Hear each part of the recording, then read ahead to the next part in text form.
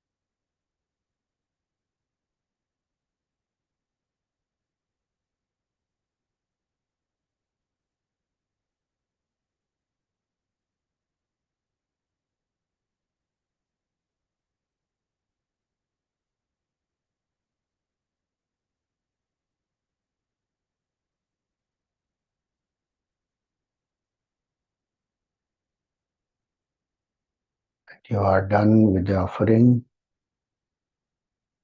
Wipe the linga with a piece of cloth. With your 3 fingers, apply bhasma on the linga, symbolizing renunciation and detachment.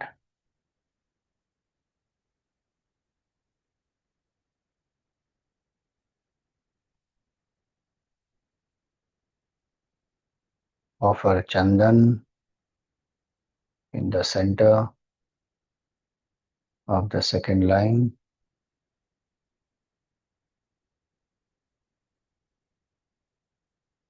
Chandan is symbol of forgiveness, of the fragrance of values. Apply kumkum, symbol of Shakti, strength.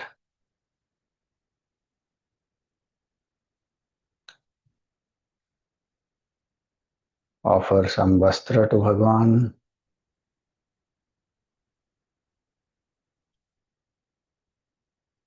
Offer a Rudraksha mala.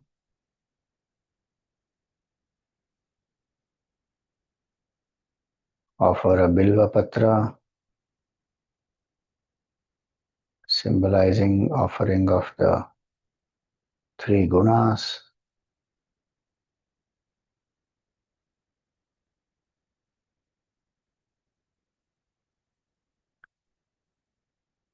Tridalam Trigunakaram Trinetram Chatrayayudham Trijanma Papa Samharam Ekabilvam Shivarpanam.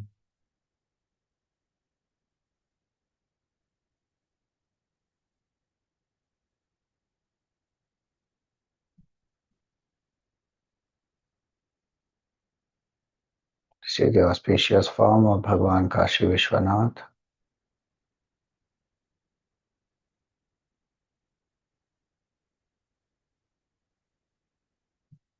May Bhagavan bless us with more and more Shiva Bhakti and Shiva Jnana.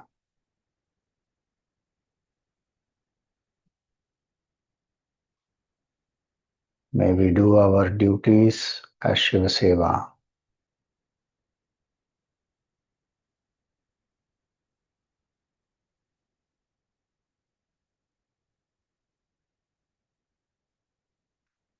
Perform a pradakshina. Come to prostrate in front of Bhagavan.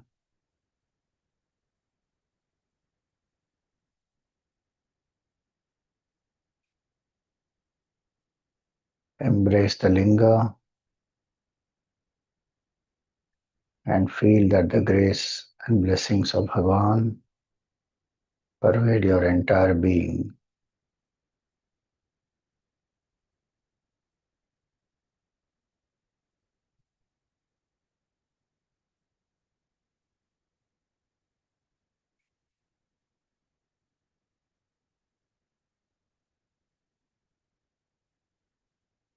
Repose the form of Bhagavan back into your heart.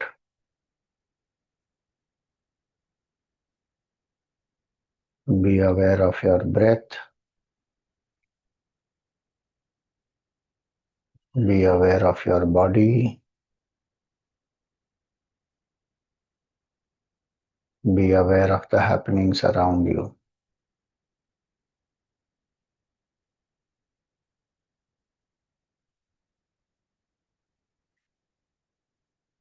We pray for everyone's well-being.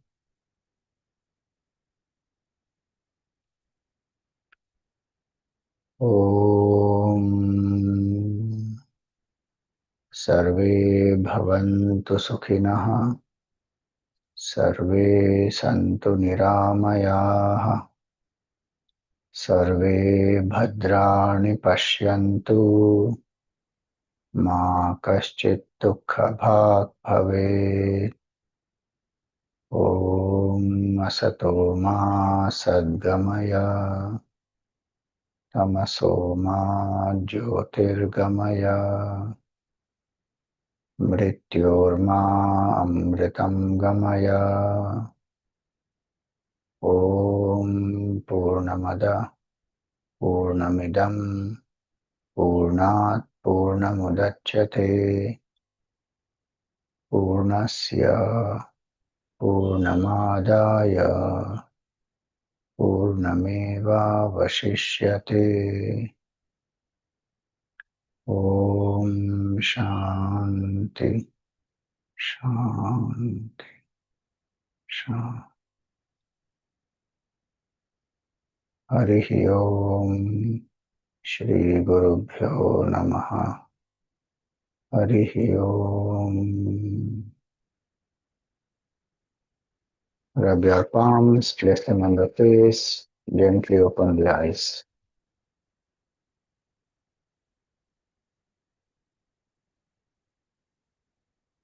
Hari Om. Thank you.